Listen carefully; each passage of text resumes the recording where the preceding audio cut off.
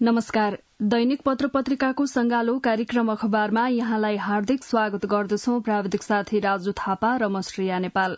आज मिति 2079 साल असोज 5 गते बुधबार आश्विन कृष्ण पक्ष एकादशी तिथि तदनुसार सेप्टेम्बर महिनाको 21 तारीक सन् 2022 नेपाल सम्बत 1142।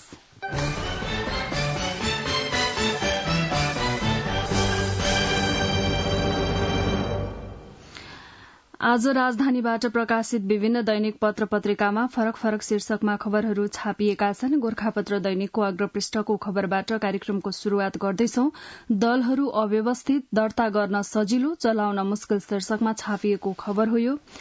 आगामी मंगिर 4 गते हुने प्रतिनिधि सभा तथा प्रदेश सभा सदस्य निर्वाचनमा 86 दल भाग लिँदैछन्। साउन 20 गतेसम्म निर्वाचन आयोगमा दर्ता कायम रहेका दलको संख्या भने 116 छ, तर समानुपातिक निर्वाचन प्रणालीतर्फ 68 राजनीतिक दल दर्ता भएकामा सोमबार 48 दलले मात्र उम्मेद्वारको बन्द सूची बुझाए। समग्र निर्वाचन प्रक्रियाबाट 30 दल पहिले नै बाहिरिए भने समानुपातिक प्रणालीमा 20 दलले भाग लिएनन्। राजनीतिक दल सम्बन्धी ऐन 2073 मा दलले संविधान, ऐन तथा प्रचलित कानूनको अधीनमा रही निर्वाचनमा भाग लिन सक्ने व्यवस्था गरिएको छ। लिन सक्ने भनेपछि नसक्ने पनि अवस्था रहन्छ, तर चुनावमा भाग नलिने भए किन दल दर्ता गरियो भन्ने सम्बन्धमा भाग नलिने दलका आफ्नै तर्क छन्। नेपाल कम्युनिष्ट पार्टी मार्क्सवादीका पूर्व अध्यक्ष अम्बिका प्रसाद थैबको वर्तमान व्यवस्थाले आमूल परिवर्तन गर्न नसक्ने ठहर गरेर चुनावमा भाग नलिएको दावी छ, तर उहाँ आबद्ध दलले निर्वाचन आयोगमा लेखा परीक्षण प्रतिवेदन समेत बुझाएको छैन। काठमाण्डुको टोखामा उक्त दलको केन्द्रीय कार्यालय रहेको आयोगको अभिलेखमा छ। नेपाल राष्ट्रिय सनातन पार्टीका अध्यक्ष गोविन्द प्रसाद रिजाल भने हिन्दू राष्ट्र कायम गर्ने अभियान लिएर दल दर्ता गरे पनि पछिल्ला अनुभवबाट नसकिने भएको हुँदा उक्त अभियान थाँती राखेर अर्को अभियानमा जुटेको बताउनुहुन्छ। उहाँले साविकको दल खारेज गर्न निवेदन दिएको बताउनुभयो, तर आयोगमा भने त्यस्तो निवेदन आइसकेको छैन। उहाँले अब स्वतन्त्र राष्ट्रिय शक्ति नेपालको केन्द्रीय उपाध्यक्ष भएर चुनावी प्रचार अभियानमा लागेको बताउनुभयो। रिजालको दलको कार्यालय पनि हाल कतै छैन। 2073 चैतमा निर्वाचन आयोगमा दर्ता भएको आम आदमी पार्टी नेपाल हाल अस्तित्वमा छैन, तर आयोगको अभिलेखमा अझै उक्त दल छ। अध्यक्ष अशोक कुमार यादवको निधन भएपछि उक्त दल मधुमाया यादवले सञ्चालन गर्नुभएको थियो। यादव भन्नुहुन्छ, फागुन 7 गते नै हामीले जनता समाजवादी पार्टी नेपालसँग एकीकरण गर्यौं, तर उहाँले दल एकीकरण गरेको जानकारी निर्वाचन आयोगमा गराउनु भएको छैन। साबिकमा नयाँ बानेश्वर काठमाण्डुमा केन्द्रीय कार्यालय रहेको उक्त दलको कार्यालय अहिले कतै छैन। 14 वर्षमा 31 सरकार गठन भए, धेरै दल हुँदा अस्थिर सरकार भयो। यस्ता कार्यले लोकतन्त्र संस्थागत हुँदैन। समानुपातिक निर्वाचन प्रणाली दोषी होइन, तर इन्जिनियरिङ र डिजाइन राम्रो भएन। दलीय व्यवस्थामा लेफ्ट, राइट र सेन्टर गरी संसारभरि 3 थरीका दलीय विचार छन्। यस प्रकारको व्यवस्था सुनिश्चित गर्ने निर्वाचन प्रणाली नहुँदा देश नै अस्थिरतातर्फ गयो। पूर्व प्रमुख निर्वाचन आयुक्त नीलकण्ठ उप्रेती भन्नुहुन्छ। लोकतन्त्रमा राजनीतिक दल खोल्न पाउने अधिकार हरेक स्वतन्त्र नागरिकमा हुन्छ। चुनावमा भाग लिने नलिने निर्णय पनि सम्बन्धित दलले नै गर्ने हो। प्रस्तावको संख्या, साधन स्रोत दलबाट उठ्न पनि निश्चित प्रक्रिया तोकिएको हुन्छ, जसको नियमन निर्वाचन आयोगले गरिरहेको छ। राजनीतिक विश्लेषक हरि शर्मा भन्नुहुन्छ, दलहरू अव्यवस्थित, दर्ता गर्न सजिलो, चलाउन मुस्किल। गोरखापत्र दैनिकले अग्रपृष्ठमा छापेको छ।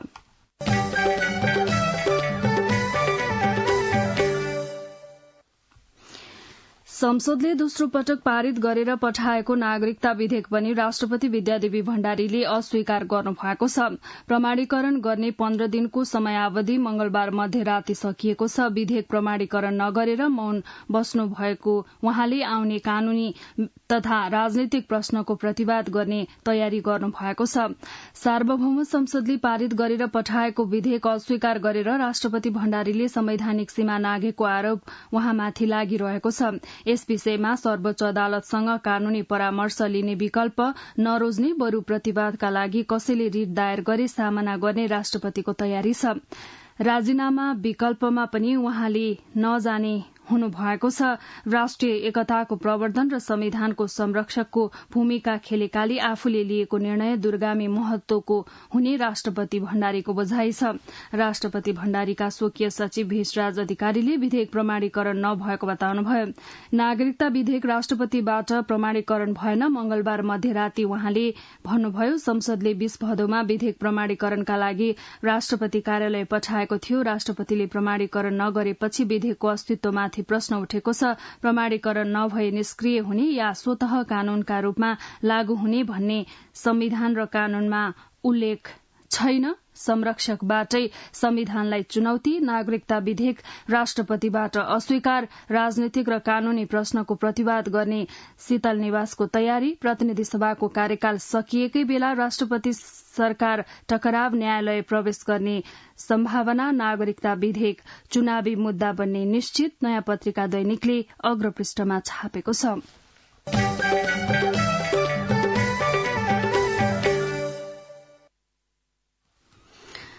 राष्ट्रपतिले विधेयक प्रमाणीकरणमा ढिलासुस्ती गरेको भन्दै काठमाण्डुको माइती घरमा मंगलबार पनि नागरिकता विहीन युवाहरूले धरना दिएका छन्। विगत 1.5 वर्षदेखि नागरिकताको लागि संघर्षरत गर्दै आएको नागरिकता विहीन संघर्ष समितिले नागरिकता विधेयक प्रमाणीकरणको माग गर्दै 6 दिन अघिदेखि प्रदर्शन गर्दै आएका हुन्। उनीहरूले नागरिकता विधेयकसँग आफ्नो भविष्य जोडिएको भन्दै उनीहरूले विधेयक जारी गरिदिन राष्ट्रपतिसँग आग्रह गरेका छन्।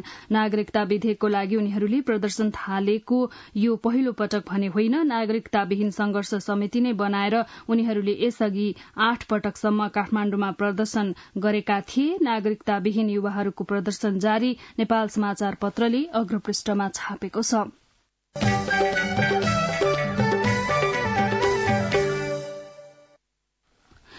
तपाईँ यति बेला दैनिक पत्र पत्रिकाको संगालो कार्यक्रम अखबार सुनिरहनु भएको छ। अब एकैछिन विज्ञापन र सन्देश।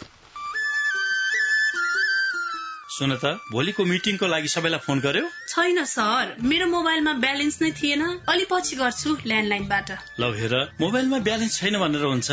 तिमीलाई थाहा छैन यस कार्यालयले नेपाल टेलिकमको कर्पोरेट युजर ग्रुप अर्थात सीयूजी सेवा लिएको छ। तिम्रो नम्बरलाई पनि सीयूजीमा सहभागी गराउन। अनि सर, मेरो त प्रिपेड नम्बर हो नि। अहिले नेपाल टेलिकमले प्रिपेड र पोस्टपेड दुवै फोनमा सीयूजी सेवा लागू गरिसकेको छ। सीयूजीमा आबद्ध भएपछि हाम्रो कर्मचारीहरू बीच निशुल्क र नेपाल टेलिकमको नेटवर्कमा सस्तो दरमा फोन तथा एसएमएस गर्न र डाटा चलाउन पाइन्छ नि। तिमीलाई थप जानकारी चाहिएमा नेपाल टेलिकमको वेबसाइट www.ntc.net.np मा हेर न। नेपाल टेलिकम, राष्ट्रको संचार। कार्यक्रममा पुनः स्वागत छ। अब विभिन्न दैनिक पत्र पत्रिकामा छापिएका बाँकी खबरहरू। चुनावको बेला प्रहरीको केन्द्रीय निर्वाचन सेल नेतृत्वविहीन, यो खबर नयाँ पत्रिका दैनिकले अग्रपृष्ठमा छापेको छ। चुनावको बेला नेपाल प्रहरीको कार्य विभाग नेतृत्वविहीन बनेको छ। कार्यमा कार्यरत एआईजी सहकुल बहादुर थापा प्रहरी राष्ट्रिय प्रशिक्षण प्रतिष्ठानमा सरुवा भएसँगै प्रहरी परिचालनको महत्वपूर्ण केन्द्रीय निकाय कार्य विभागको नेतृत्व रिक्त भएको हो। निर्वाचन सुरक्षाको समन्वयका लागि कार्य विभागकै एआईजीको नेतृत्वमा प्रहरीमा केन्द्रीय निर्वाचन सेल गठन गरिएको थियो। एआईजी थापाको सरुवासँगै केन्द्रीय सेल नै नेतृत्वविहीन भएको हो। अन्य एआईजीलाई सेलको नेतृत्व तोकिएको छैन। कार्य विभागमै कार्यरत डीआईजी वसन्त कुँवरलाई विभागको निमित्त प्रमुखको जिम्मेवारी दिएको छ। तर उपत्यका प्रहरी कार्यालयमा एआईजी प्रमुख छन् भने 3 प्रदेशमा उहाँ भन्दा सिनियर डीआईजी कार्यरत रहेकाले चेन अफ कमाण्डका दृष्टिले समस्या हुने देखिन्छ। कार्य विभागले देशभरिबाटै रिपोर्टिङ लिने र आवश्यक निर्देशन दिने भूमिका हुन्छ। 8 मध्ये प्रहरीमा हाल 2 एआईजीको दरबन्दी रिक्त छ। रिक्त पदमा तत्काल बढुवाको तयारी नभएको स्रोत बताउँछ। कार्य तथा प्रदेश समन्वय विभाग रिक्त छ। प्रहरी प्रवक्ता डीआईजी टेक प्रसाद राई भने एआईजी नहुँदा पनि कार्य विभागबाट नियमित काम भइरहेकाले ठूलो समस्या नभएको बताउनुहुन्छ। चुनावका बेला प्रहरीको केन्द्रीय निर्वाचन सेल नेतृत्वविहीन, यो खबर नयाँ पत्रिका दैनिकले अग्रपृष्ठमा छापेको छ।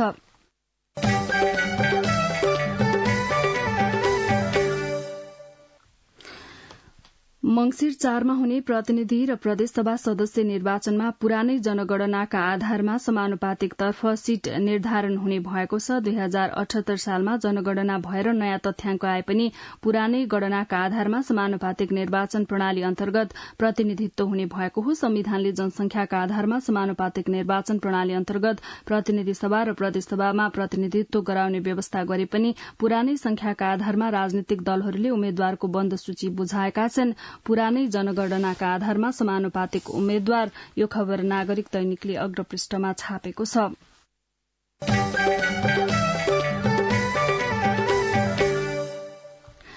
प्रधानमन्त्री शेरबहादुर देउवाले उच्च हिमाली क्षेत्रले विश्वमा निरन्तर पानी आपूर्ति गरिरहेकाले यसको संरक्षणमा विश्वका सबै मुलुकको ध्यान जानु जरूरी भएको बताउनु भएको छ।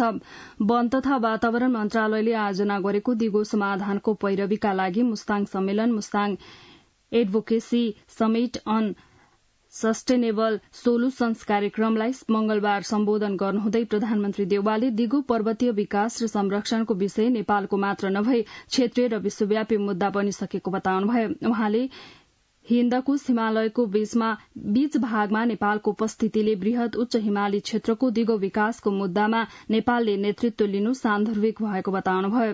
दिगो पर्वतीय विकासका लागि क्षेत्रीय एकता जरूरी भएको बताउँदै उहाँले क्षेत्रीय एकताले मात्र पर्वतीय विकास र संरक्षणको मुद्दालाई विश्वव्यापीकरणको अवस्थामा पुर्याउन सकिने धारणा व्यक्त गर्नुभयो। पर्वतीय क्षेत्र संरक्षण विश्वव्यापी मुद्दा, गोरखापत्र दैनिकले अग्रपृष्ठमा छापेको छ।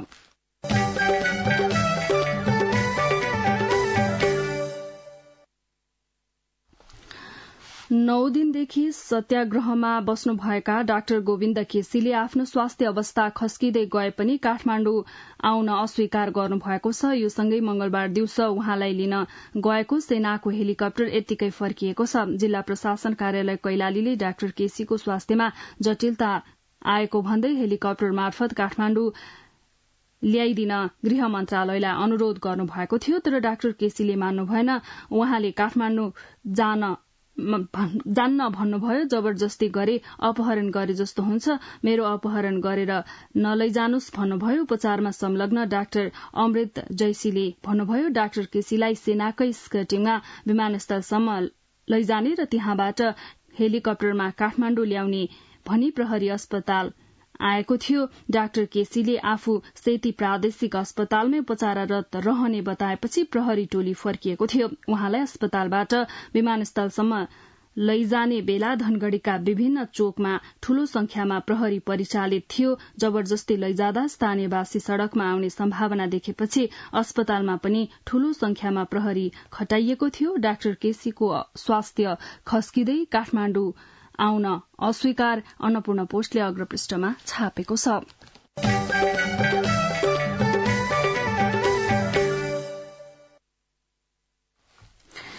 शिक्षाको सोच पत्र सार्वजनिक, यो खबर गोरखापत्र दैनिकले अग्रपृष्ठमा छापेको हो। शिक्षा विज्ञान तथा प्रविधि मन्त्रालयले आगामी 5 वर्ष 10 वर्ष र 15 वर्षको शैक्षिक सुधारको लक्ष्यसहित शिक्षाको सोचपत्र 2079 तयार गरेको छ। सोचपत्रलाई मंगलबार शिक्षा विज्ञान तथा प्रविधि मन्त्री देवेन्द्र पौडेलले सार्वजनिक गर्नुभयो। शिक्षाको सोचपत्र अनुसार आगामी 5 वर्षमा निशुल्क तथा अनिवार्य शिक्षा कार्यान्वयन भइसक्ने, सिकाइ उपलब्धिमा 20% सुधार हुने, सबै शिक्षण संस्थामा न्यूनतम मापदण्ड पूरा हुने लगायतका उद्देश्य लिएको छ। त्यस्तै आगामी 10 वर्षमा शैक्षिक गुणस्तर सुनिश्चित हुने, सिकाइ उपलब्धि 40% सुधार हुनेछ भने आगामी 15 वर्षमा सबै विद्यालय समान स्तरका हुने, विद्यालय शिक्षामा अन्तर्राष्ट्रिय गुणस्तर हुने, पहिलो रोजाइको पेशा शिक्षण हुने लगायतको उद्देश्य समावेश गरिएको छ। शिक्षा मन्त्री पौडेलले सोचपत्रले अगाडि सारेका उद्देश्य र लक्ष्य पूरा गर्न स्थानीय तह, प्रदेश र संघलाई जिम्मेवार बनाइने बताउँदै भन्नुभयो, शिक्षक, विद्यालय व्यवस्थापन समिति र पालिकाको भूमिका महत्वपूर्ण हुनेछ। त्यो संयन्त्रले उद्देश्य प्राप्तिका लागि भूमिका निर्वाह गर्नेछ। शिक्षाको सोचपत्र सार्वजनिक, गोरखापत्र दैनिकले अग्रपृष्ठमा छापेको छ।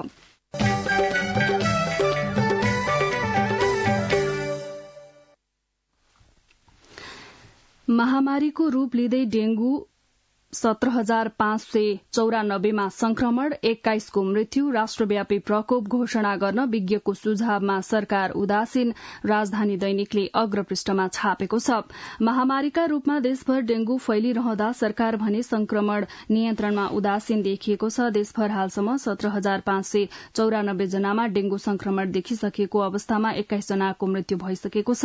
दैनिक डेंगू संक्रमणसँगै मृत्यु हुने दर समेत बढ़िरहेको छ, तर सरकारले डेंगूलाई राष्ट्रिय प्रकोपका रूपमा घोषणा गर्न ढिलाइ गरेको छ। पछिल्लो समय देशको 75 जिल्लामा संक्रमण बढ़दै जान थालेपछि इपिडेमियोलोजी तथा रोग नियन्त्रण महाशाखा ईडीसीडीले काठमाडौँ उपत्यका लगायत देशभर डेंगू संक्रमण अत्यधिक विस्तार भएको निष्कर्ष निकाल्दै राष्ट्रव्यापी प्रकोप घोषणा गर्न स्वास्थ्य मन्त्रालयलाई पत्राचार गरिसकेको छ। सरकारले विज्ञको सुझाव मानेर तत्काल निर्णय गर्नुको साटो अझै पनि स्वास्थ्य मन्त्रालय पर्ख र हेरको रणनीतिमा छ। नियन्त्रणका लागि र्यापिड एक्सन प्लान बनाउन पनि ईडीसीडीले मन्त्रालयलाई आग्रह गरेको छ। राजधानी दैनिकले अग्रपृष्ठमा छापेको छ।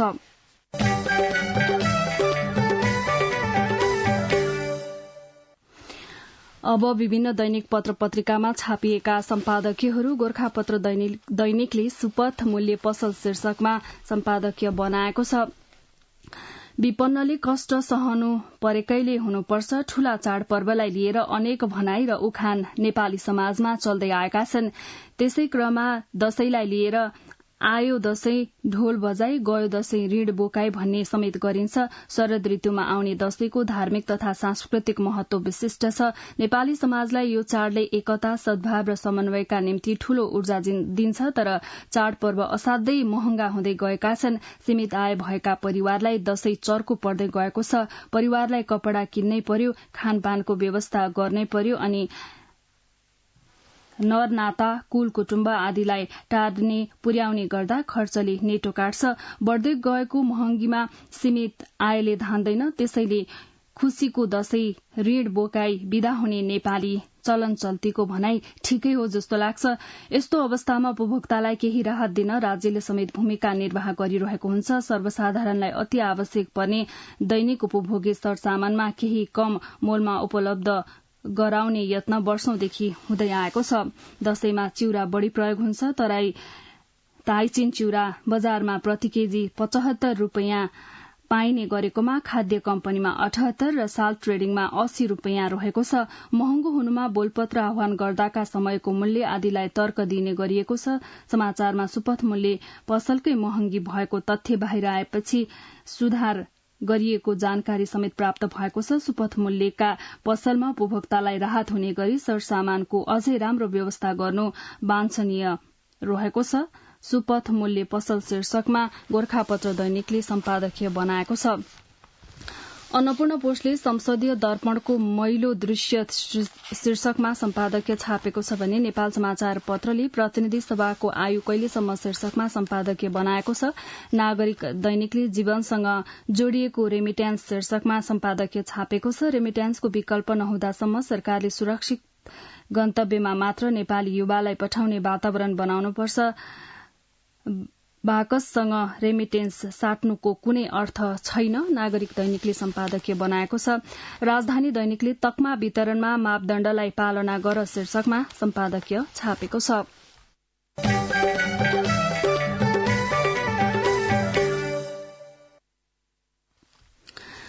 विभिन्न दैनिक पत्र पत्रिकामा छापिएका सम्पादकीयपछि अब बाँकी खबरहरू। राष्ट्रिय महत्वका 53 आयोजनाको प्रगति सुस्त शीर्षकमा नयाँ पत्रिका दैनिकले भित्री पृष्ठमा खबर बनाएको छ। राष्ट्रिय महत्वका 63 आयोजनाको प्रगति न्यून देखिएको छ। प्रधानमन्त्री तथा मन्त्री परिषदको कार्यालयले गरेको अनुगमनले आर्थिक वर्ष 2078-79 मा राष्ट्रिय गौरव रूपान्तरणकारी र राष्ट्रिय महत्वका आयोजनाको प्रगति सुस्त देखिएको हो। मन्त्री परिषदको कार्यालयले राष्ट्रिय गौरवका 24, रूपान्तरणकारी 18 र अन्य राष्ट्रिय महत्वका 21 गरी 63 आयोजनालाई अनलाइन अनुगमन प्रणालीमा आबद्ध गरी मासिक प्रगति विवरण लिँदै आएको छ। अनलाइनमा आबद्ध मध्ये गत आर्थिक वर्षमा 60 आयोजनाले मात्रै कार्ययोजना प्रविष्टि गरेका थिए। त्यसमध्ये 58 आयोजनाले वार्षिक क्रियाकलाप तथा माइलस्टोन प्रगति प्रविष्ट गरेका छन्। नयाँ पत्रिका दैनिकले भित्री पृष्ठमा छापेको छ। नयाँ पत्रिका दैनिकले नै भित्री पृष्ठमा 2 महिनामा 4.5 अर्बको विद्युत निर्यात, 19 जेठदेखि भारतीय बजारमा विद्युत बिक्री शुरू गरेको प्राधिकरणले त्यस यता 7 अर्ब 20 करोड़को निर्यात गरेको छ। चालू वर्षमा 16 अर्बको निर्यात गर्ने लक्ष्य शीर्षकमा खबर बनाएको छ।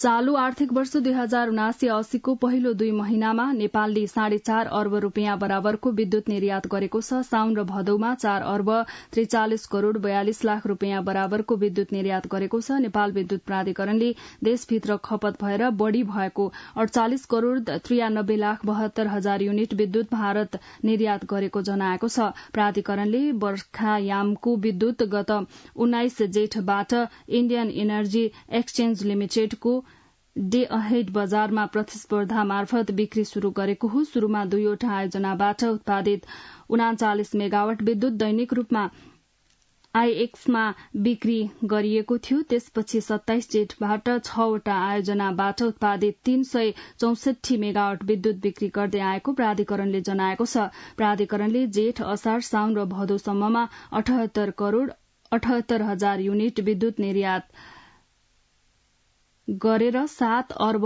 19 करोड़ 86 लाख कमाएको छ। 2 महिनामा 4.5 अर्बको विद्युत निर्यात नयाँ पत्रिका दैनिकले भित्री पृष्ठमा छापेको छ।